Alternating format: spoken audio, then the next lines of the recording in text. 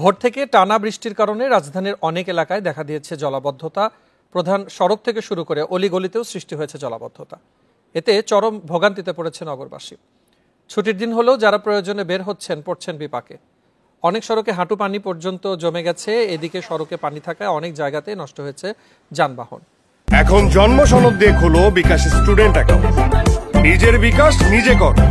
CNG রিকশায় বাড়তি ভাড়া নেওয়ার অভিযোগ করেছেন অনেকেই।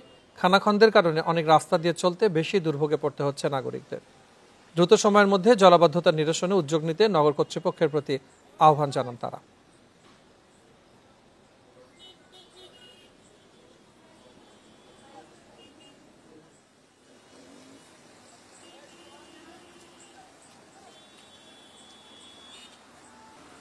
ভোর থেকে টানা বৃষ্টির কারণে রাজধানীর অনেক এলাকায় জলাবদ্ধতা দেখা দিয়েছে। এতে সড়কের বিভিন্ন জায়গায় এবং অলিগলিতেও সৃষ্টি হয়েছে জলাবদ্ধতা, যাতে চরম ভোগান্তিতে পড়েছেন নগরবাসী। জলাবদ্ধতা নিয়ে আরো জানাতে রাজধানীর সেগুনবাগিচা থেকে যোগ দিচ্ছেন সহকর্মী আনোয়ার সাদাত নূর।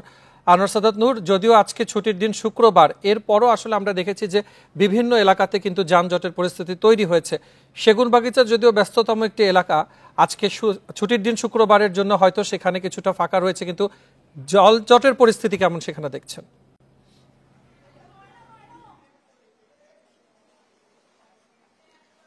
গতকাল ভোর থেকে মানে মধ্যরাতের পর থেকে শুরু হওয়া যে বৃষ্টি, রাজধানীতে কিন্তু বলা যায় যে কিছুক্ষণ আগ পর্যন্ত বেশ মুষলধারে বৃষ্টি হচ্ছিল। সেই বৃষ্টির প্রভাবে কিন্তু নগরীর বেশিরভাগ সড়কেই মানে প্রধান সড়কে আমরা দেখেছি এবং অলিগলিতে জলাবদ্ধতা সৃষ্টি হয়েছে। আমরা কিন্তু প্রধান সড়কে যেমন বিজয় সরণির মতো একটা ব্যস্ততম জায়গা, সেই সড়কেও দেখেছি জলাবদ্ধতা, ফলে হাঁটু পর্যন্ত পানি উঠে গেছে। যেসব সিএনজি মাইক্রোবাস বা মোটরসাইকেল চলাচল করছিল সেগুলো অনেকটাই পানির কারণে বিকল হয়ে যেতে দেখেছি। ফলে মানুষের কিন্তু ভোগান্তি, যে মানুষ সেই বিকল হওয়া যানবাহন ঠেলে ধাক্কায় নিয়ে যাচ্ছেন।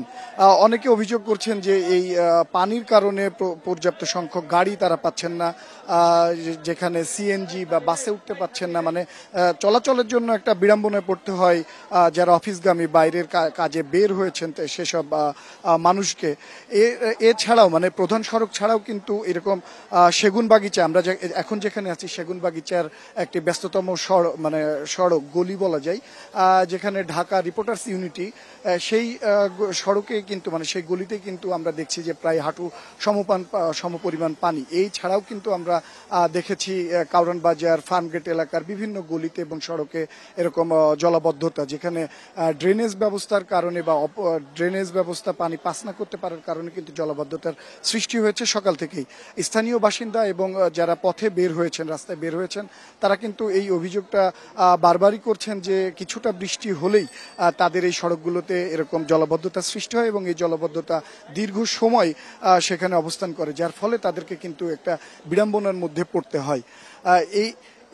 এই যে জলাবদ্ধতা, এই জলাবদ্ধতার সাথে কিন্তু আর অনেকে অভিযোগ করে বা ইয়ে করে বলছেন যে সেখানে কিন্তু ড্রেনের পানি মিশ্রিত হয়ে যায়, মানে বৃষ্টির পানির সাথে ড্রেনের পানি মিশ্রিত হয়ে কিন্তু পানিটা অনেকটা দূষিত হয়ে যায়, যেটা অনেক সময় তাদের জন্য একটু অস্বস্তির কারণ হয়ে যায়, যার ফলে তারা কর্তৃপক্ষের কাছে এই জলাবদ্ধতা নিরসনের স্থায়ী সমাধানের জন্য বারবারই আর্জি জানাচ্ছেন এবং তারা দৃষ্টি আকর্ষণ করছেন। রাজধানীর সেগুনবাগিচা থেকে জানাচ্ছিলেন সহকর্মী আনোয়ার সাদাত নূর।